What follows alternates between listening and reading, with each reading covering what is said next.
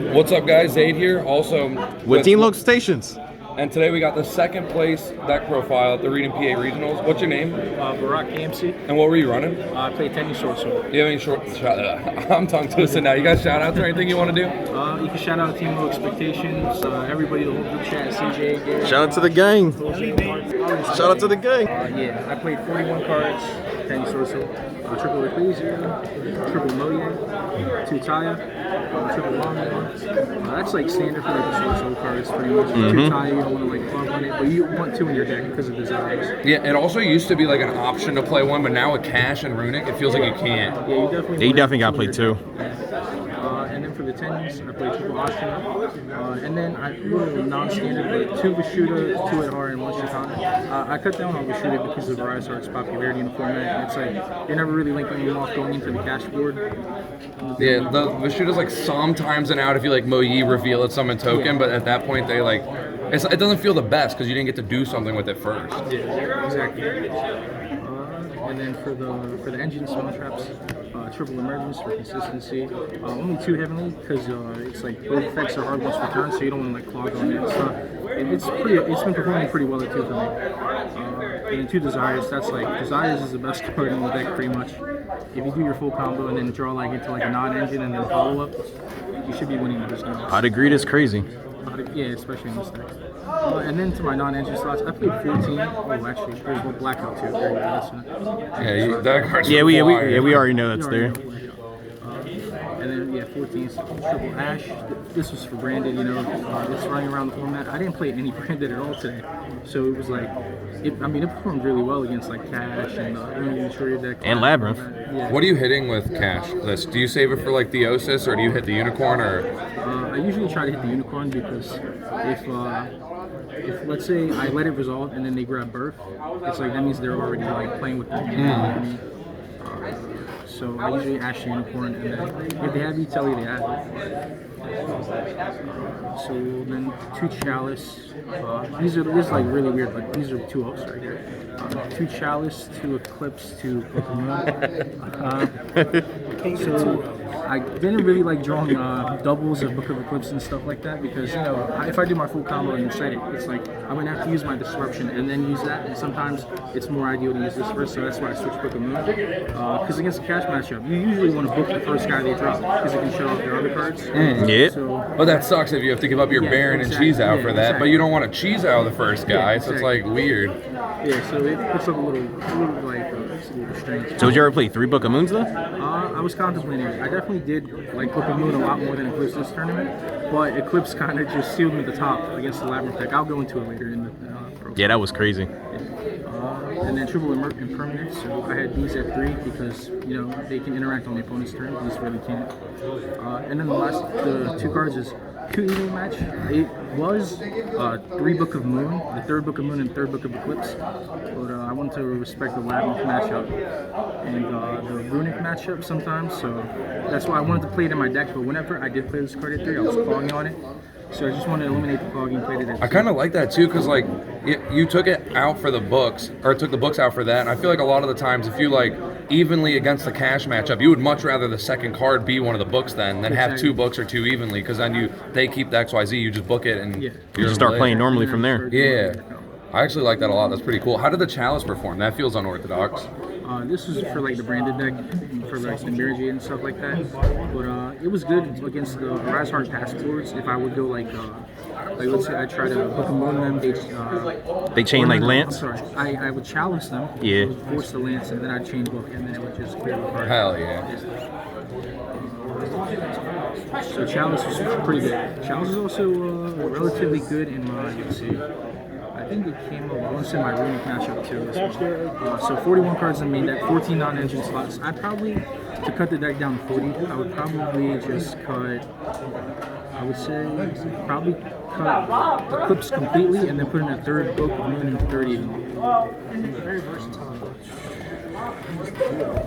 Extra deck, standard stuff, 2 Shisha, 1 Sinister, 1 Supreme, and then the Baron to go with the Light Fence. That's like, I actually didn't make Sinister all day. I was always respecting Nibiru and Lava Golem, so my standard end board would be like Shisha with Black Outfast. And then you weren't even going into the Baron? Not normally. I would usually go for like when I'm going for game and stuff like that.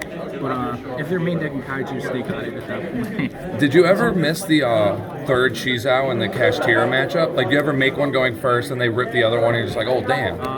No, so usually, here's another card in my extra deck that I'm going to get down into. They usually prioritize ripping that out.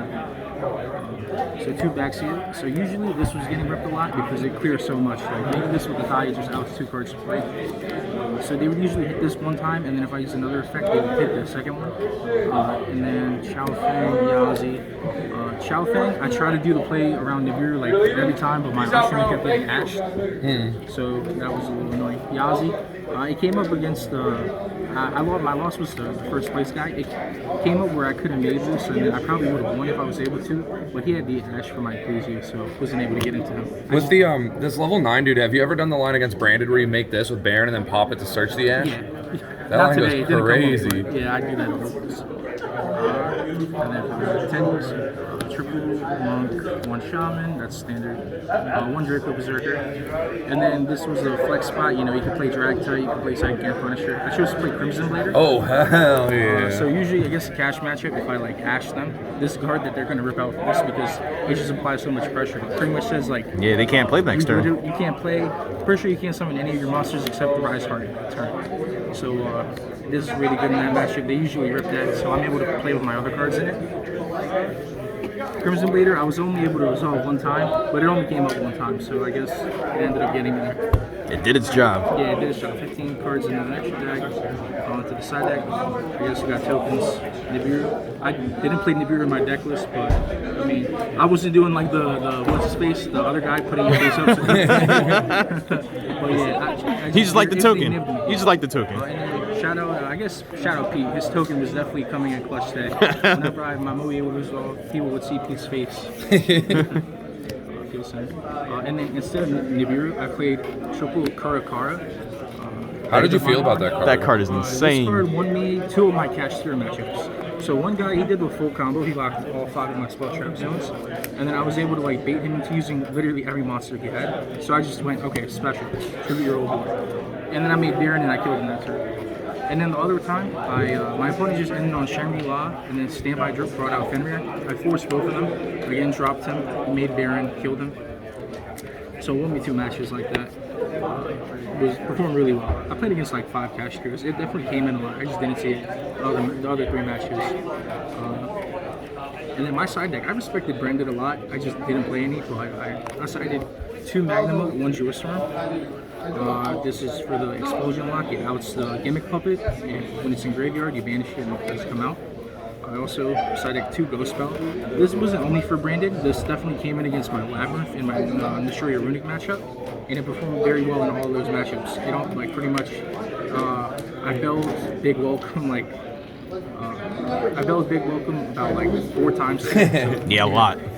That's one huge pro this has over the Bystials. It overlaps into a lot of the like more control matchups. Yeah, exactly. I actually played against Mathmech today, so these cards all came in. I just didn't see them, but in theory they were good in that matchup. Yeah, because they stopped 2 Factorial. And then this is more respect for the Naturia Runic / Labyrinth matchups. Cosmic, I put it in against the Naturia, I didn't see it. I put it in against the dude who won the regional, but it wasn't enough. Because it was like, I went first and I said it, so I thought maybe I could hit Birth. I can cut off his follow if I like out his special summon guy. And then I also played 2 Dark Hole. This is for Branded and for the Cash matchup. I put it in against Cash, I just didn't see it. If I played Branded, these were going to go into, because it outs, like, if they're still playing Raws, it's like, and then the last 3 cards, we're going first. Triple D Beer. Because usually if my deck goes first, it should be winning if I play it right, usually. So I didn't really need too many like going first slots in my side deck. Barrier is just good against, it's like auto win against Branded, Mirror, Kashtira. Yeah, almost everything but Labyrinth. And whenever I did resolve this card, I did win the duel, so it happened like 3 times. that was about it. I went 7-1. I played against 5 Cashteros. I lost to one of them. I played 2 Labyrinth. I beat both of them. And I played in the Tree Runic. I beat that. You had a super meta pack run. Yeah. I just didn't see any Brandon, which I don't mind because Which I don't mind. I find that Brandon definitely is scary sometimes. Is there anything else I can go over? You ever thought about playing the fire tank instead of the water? So Baxia can spin with the token? No, Can usually spin twice? No, Shatana is so much better because there are a lot of lines where sometimes you can't beat a guy by battle, but you're like gonna go back to pop the monk and then revive it and then pop the Yeah, monk. then pop. You couldn't beat by battle, so it comes with the so like I said, I would probably change those for the 3rd book of Moon and 3rd Eden. I'm probably gonna do that for sure. Would you not put those in the side or anything? They're just completely out. out. Over to the side deck, and I think in the side deck I would cut Dark Horse. I feel like not too many are playing Goliath right now, but the fact that some people still do makes that card feel mid. Yeah. And if they're not playing Goliath, a lot of the times if they decide to lock zones, I feel like they're hitting Spell Trap. Yeah. Plus, your deck's not, it's like kind of known it can't play Niv because it turns off all the Tenyis, so it like incentivizes me to do the locking combo. Yeah, exactly.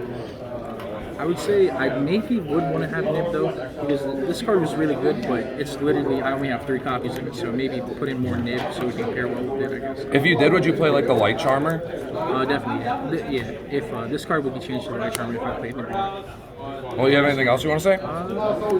Got my shout outs out the way. I guess shout out to Gardens too, and Waffles and Enthusiasm. The 2 locals I've been at, Waffles, that's our friend Martin's store, and he's trying to he's trying to improve for his business, so people like go, show up, and do stuff like that. Hell yeah. Shout out Martin. Yeah. My man. And then shout out to Gardens. We've been going there, and it's the best, like most competitive locals really at the moment. It helps us get better. I think I got 2nd place regional winner there. All right, thank you. Thank you. Oh.